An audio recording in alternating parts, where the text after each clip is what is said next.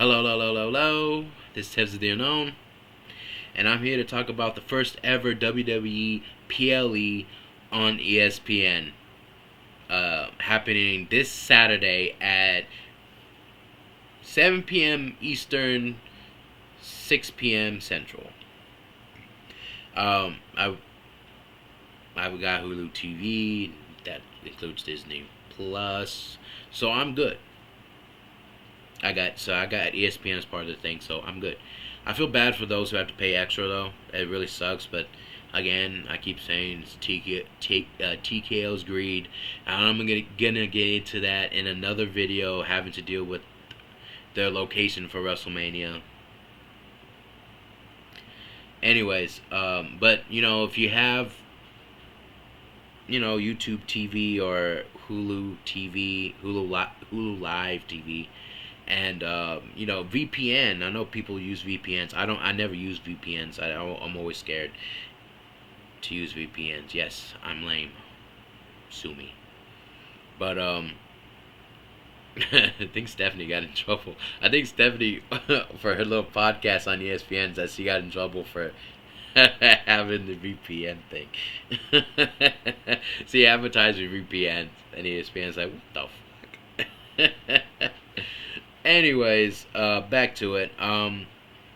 WrestlePalooza is this weekend, and I'm at 95% sick. For those of you who have not watched my last video having to do with the Dallas Cowboys, I made that video and I was like 90% sick. God, for like a couple of days leading into the weekend, I was sick, and then man, it just hit me like a ton of bricks. Friday night going into Saturday, I was just not well. And so I really wanted to make this video during that weekend, but that didn't work out so well. So now, here I am making this video. And I am now happy at least it happened this weekend. So, this past weekend. So I can enjoy this weekend WrestlePalooza, and obviously watching my Cowboys beat the shit out of the Bears. At least I hope they beat the shit out of them. God, just got after that fucking game they should have blown out the Giants. But okay, I'm veering way off topic here. Anyways, I want to talk about WrestlePalooza, the matches involved, and my winners and what could happen going forward.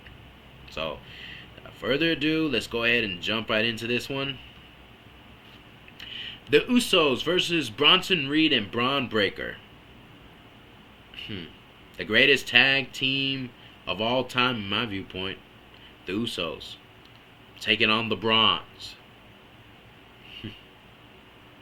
See, they call them the Brawns now. See, I believe I was the first one to call them that. The Brawns. Just go look on my YouTube channel. I think I'm legitimately the first one that said it, because they were going up against Roman Reigns and Jey Uso, and I was getting so tongue twisted saying Bronson Reed and Braun Breaker. I was just saying Bronson Breaker and Braun Reed. I was just like, I'm just gonna call them the Bronze, because I'm just getting confused. It's just so hard saying their names so close together in one sentence. I just can't do it. So I started calling them the Bronze. So just go check that out. That is video evidence that I'm the one that called them the Bronze first. So if you're looking for the genius mind behind all of that, it is moi. Anyways, so I'm going to go right off the bat. I'm going to go with Bronson Reed and Braun Breaker. I think they win this one, because I don't see it making any sense for them to lose. You're trying to push the vision further into this whole thing. I wouldn't be surprised if Paul Heyman even kind of came in here and distracted the Usos. But I feel like, and I'm going to get to Bronson. I'm going to get to the Usos in a minute. But Bronson Reed and Braun Breaker, see, it's very difficult to say. It's the Bronze. Okay, the Bronze. I just feel like they need the win. If they lose again, they're just another version, a bigger, bulkier version of J&J Security. Honestly, that's what they are. They're at best right now a Timu Shield. That at they are Seth right there, the architect behind the whole thing, and obviously you have LeBron and LeBron's. You see the play on words. LeBron's with the Shield when you had Roman Reigns and Dean Ambrose. So now over here you have the Bronson Reed, Braun Breaker. So I feel like to push the Bronze, you need them to win. You cannot have them lose again. It was fine them losing to Roman Reigns and Jey Uso because those are marquee players, okay? But they can't lose again, and they should not lose again. I think they're getting pushed into this little tag team thing because honestly, what can you do? Okay, you can't really have one without the other. In this sense, the Bronze have to be working together. They can't necessarily have either one go after the Intercontinental Championship because what is the other one going to do, really? You're just going to end up putting down the other one while the other one has the title. While two men have the title and it's one that's and it's singles titles. So I feel like they're going to move them into the tag team division, which is fine because you kind of want them to build them up in that way and have them kind of be like the up-and-coming stars. So I think the Bronze should win this match. I think the Usos are kind of get this one like a gut check because they're not on the same page. Jay's kind of like little bit turning back into the right hand man Jey Uso that we all know and love. And Jimmy's kind of not like with that right now, and they're kind of off. That we saw what happened last on yesterday. So I think that's what's going to happen. I think the Usos are just they need this loss to get themselves back into this mindset. I feel like they are going to get that into that mindset. And I'm going to say somebody else is going to get part of the crew, and it kind of makes sense, but I also kind of just want him to be on his own. I think Jacob Fatu they're going to move Jacob Fatu to Raw. I think he's too over. I would love him to stay on SmackDown, but there's a draft, supposedly. I don't know when it's supposed to happen. It was already supposed to happen, but maybe it's going to happen after WrestlePalooza or maybe going sometime into October before Survivor Series. I think Jacob Fatu is going to be on Raw. It'd be good because you get him away from Solo and stuff. You're done telling that story. It's over. And then you have that moment with Braun Breaker and Bronson Reed with Jacob Fatu, who Bronson Reed has history with Jacob Fatu outside of WWE, as well as within. Braun Breaker, and Braun Breaker and Jacob Fatu. They're the two marquee guys that you can start building up right there on Raw. So for me, I feel like that's setting up for another Survivor Series thing. I know people said they don't like War Games, but it's just the way it is. People say it's, and then once they start doing more and more of the traditional five, they say, "Oh, well, can we give War Games back? This needs War Games back." So for me, just stop. It's all right. We're fine. We're fine. This isn't need it. Just leave it alone. Anyways,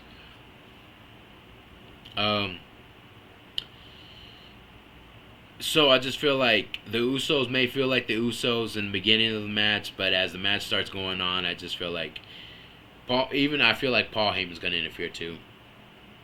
I just think that there'll be a little bit of a crack that they haven't really addressed, and then Bronson Reed and Braun Breaker will win this match because of those things, and they need it. So that's that.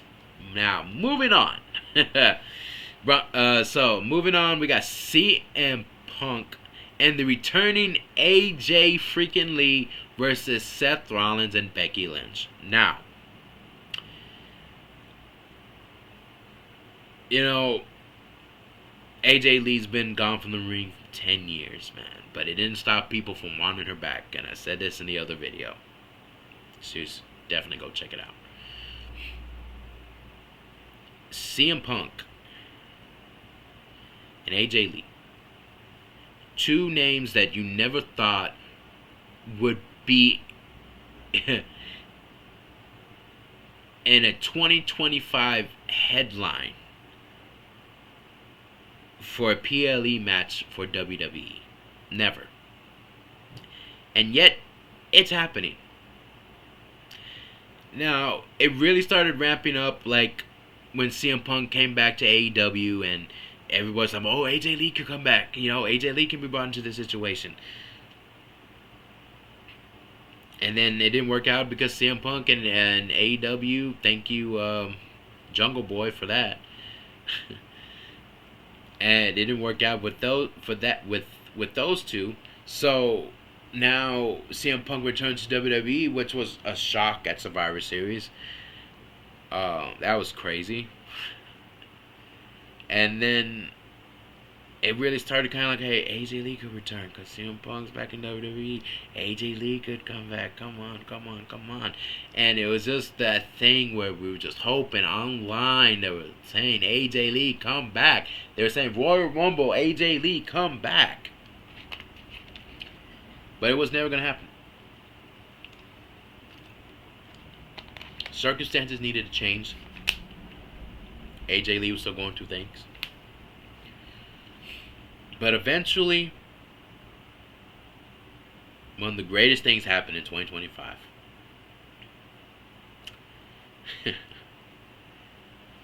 AJ Lee returned. And they picked the great person for her to go up against with Becky Lynch. And I've said this before, Becky Lynch elevates and she's one of the safer people to wrestle against as well. So this was a smart and absolutely masterful decision by Triple H to have done this because, you know, there's not a lot of things Triple H has done as well in 2025 as he's done in the past. Let's be as honest as we can. But this was great. And I thought AJ Lee was only coming back for just this match, if more so. And it was like, even before that, I couldn't really necessarily buy into it until I actually saw her. Because WWE has the time where they like to pull the rug out from underneath you. But it happened. Her music hit, and it was as true as the sky is usually blue. Especially during the summer in Texas. It's hot as fuck. Anyways. She returned. And it wasn't just for a one-off. It's a multi-year deal which will extend for... She's going to be on the road. She's going to be doing just like every other wrestler. And that is so freaking cool. And so now we've got the ultra marriage couples just going at it at WrestlePalooza. CM Punk and AJ Lee versus Seth Rollins and Becky Lynch. Those are premier names that deserve to have been in the main event. I'm sorry, I love John Cena, but that guy he's facing does not deserve that main event. I'm sorry, he just fucking doesn't deserve it.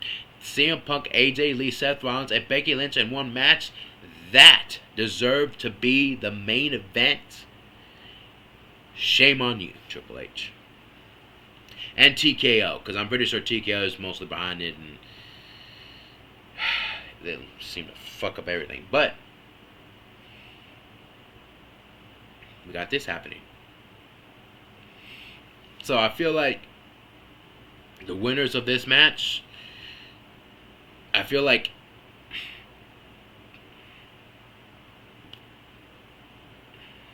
God, it could go either way. Because here's the thing. They could have Becky Lynch isolate AJ Lee because of her neck, and she hasn't been in the ring, like CM Punk like CM Punk has been. So her body's not as used to it. So they could try to isolate her throughout the match, or they could really just use the build up of AJ Lee not getting into the match until like the last maybe 10 minutes of it, maybe 5-7 minutes of it.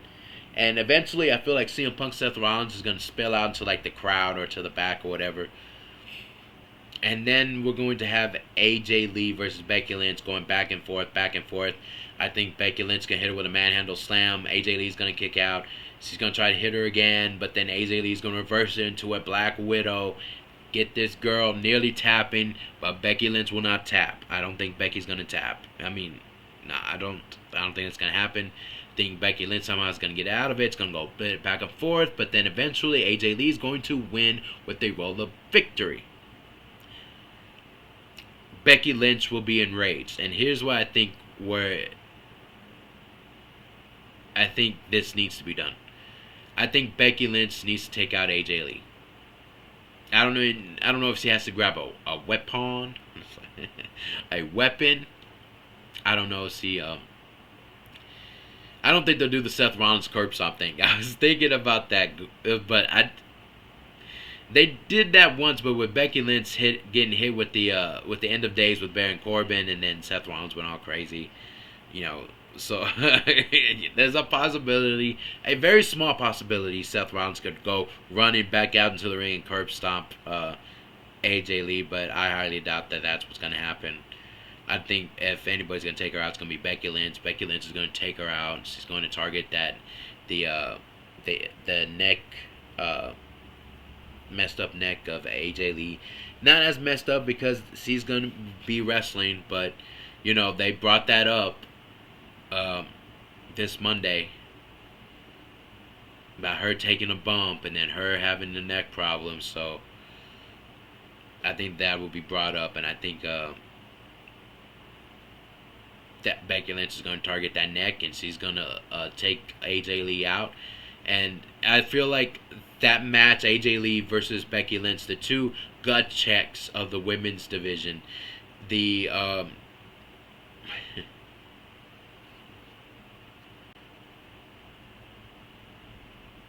two OG disruptors, the two trailblazers of the women's division. Their names are so synonymous with greatness and just how the women's division became what the women's division is now. To hold that off, that one-on-one match, because it needs to happen. Hold it until WrestleMania. I don't know how you're going to do it. Maybe you have her come back for War Games with Becky Lynch's team versus, AJ Lee gets to be part of another team. The other team. And then eventually, Becky Lynch is trying to avoid AJ Lee fighting her however she can. And then eventually, you get that marquee matchup you get that marquee matchup to happen at WrestleMania. And when that happens, you can finally get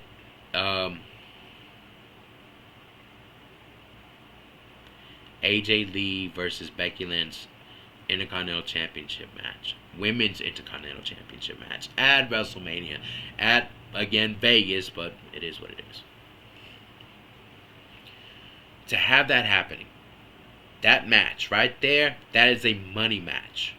So I will do what, if I'm Triple H, I'm doing whatever I can to make that happen, with stretch it as far as I need to stretch it, because that match needs to fucking happen. Now, some people want to say her versus Roxanne. That's a match I feel like could happen after the saga with Becky comes to an end, because then you can have Roxanne trying to become Intercontinental Champion and take it off the woman that claims that she says is her mother,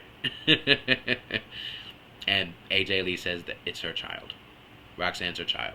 So eventually you'll have them going off, and that's going to be fun too. So much to do with AJ Lee, and so many people for her to face. But, okay, back to it. CM Punk and AJ Lee win the match. AJ Lee rolls up Becky Lynch. Schoolboy pin, however, she gets the win. Becky Lynch takes her out after the match. All right. Next up, Io Sky versus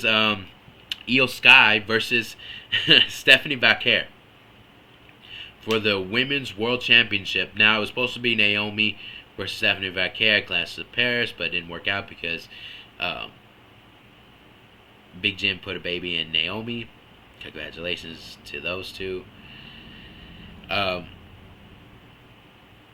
and also, let's go back. Naomi was kind of miffed the fact that she's not going to be there with AJ Lee, with AJ, at least for right now, or for a while until the baby's born, and then there's about getting her body back in shape and being there for her baby. So a lot of that, but eventually they will.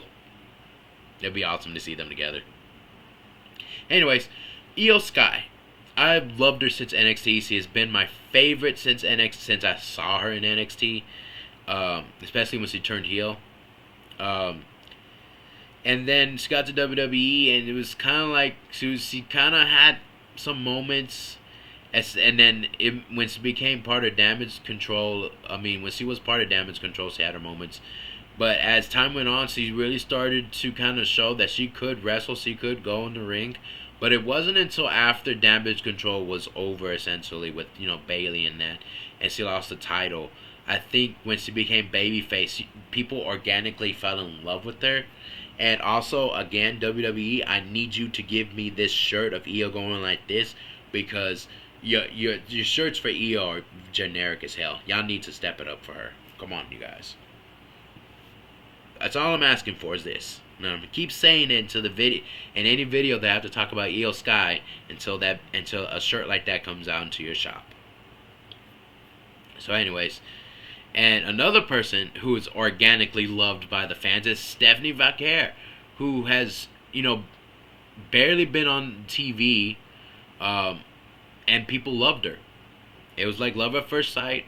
Like been on TV and the main roster, like Raw or SmackDown, and not NXT. But some who have followed NXT have also done the Booker T's, how he feels about Devil's Kiss, her move. And she loved it too because it made her feel the move. It made them feel the move. So, yeah, that was probably one of the greatest things for her. And it's just really cool. And when she said that wrestling, and I got her shirt too, wrestling is my first language. That is so fucking cool, and I just love that. And she's so over with the fans too. They love her. So you got two baby faces here, Io Sky versus Stephanie Vaquer. And I'm just gonna say this right now. I think Stephanie Vaquer picks up the dub. She's going to be the new champion. Io Sky, she's gonna get close, but I feel like Damage Control, Asuka's kind of going out of control, and she's going to accidentally cost Io Sky the championship. Stephanie Vaquer retain. Stephanie Vaquer is the new champ. It doesn't need Io.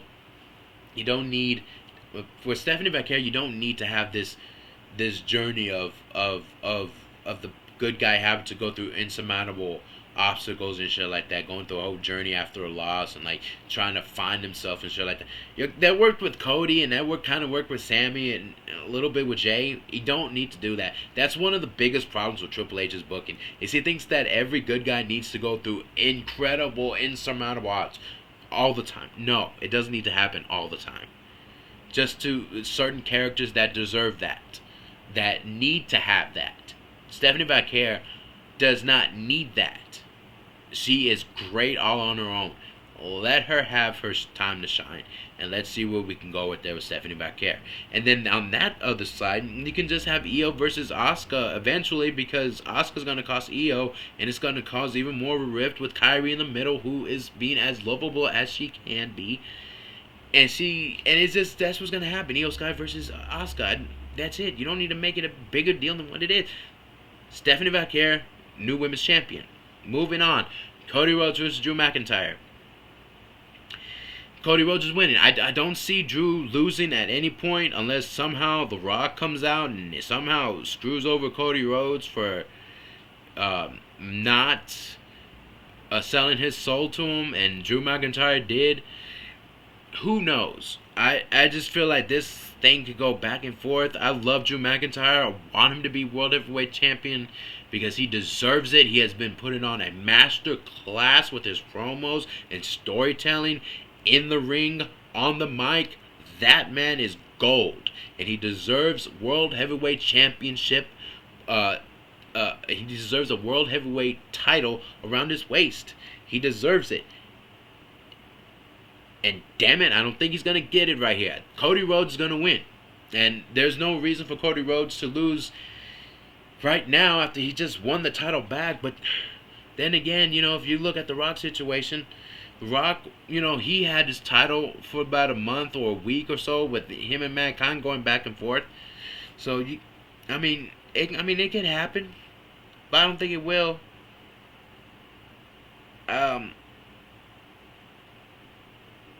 I just feel like, and also, I don't know if Cody Rhodes finished all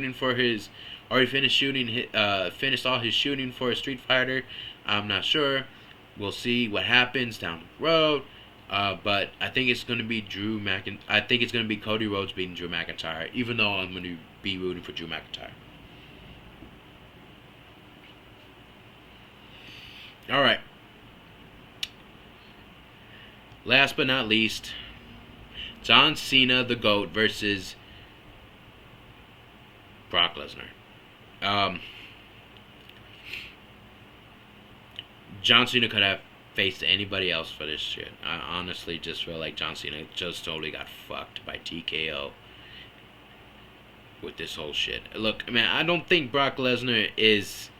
Look, as an opponent, I don't think he's the worst, but he's not the greatest enemy to John Cena, in my viewpoint.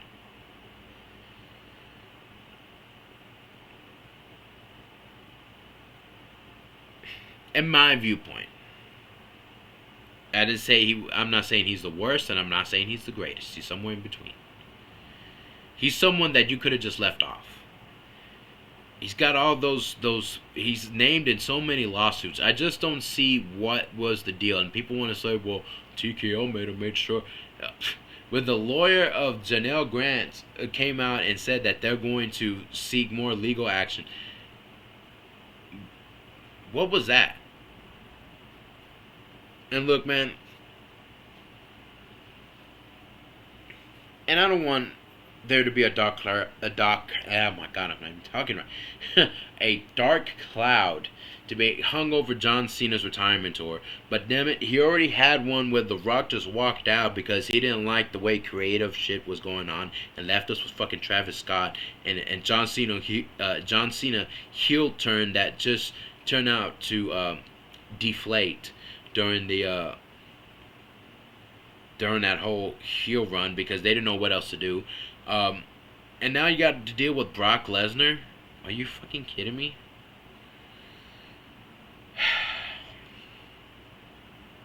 John Cena wins. Let's just say that. Brock Lesnar is going to dominate. Brock Lesnar is going to basically beat the crap out of John Cena. But John Cena is going to do what John Cena do. He is not going to give up. He's not going to quit. He's going to keep fighting. He's going to come in and have his fight. And he's going to keep on kicking out left and right. He's going to go ahead and hit Brock Lesnar with multiple AAs. Somehow Brock Lesnar is going to kick out, but eventually John Cena will get the dub on Brock Lesnar because that's the way it needs to happen. Ain't no way Brock Lesnar, and I don't want to see Brock Lesnar again after this. Leave Brock Lesnar in the past. He does not need to be involved in anything fucking else. Leave him back in fucking Minnesota. Let him stay over there. Let him be there.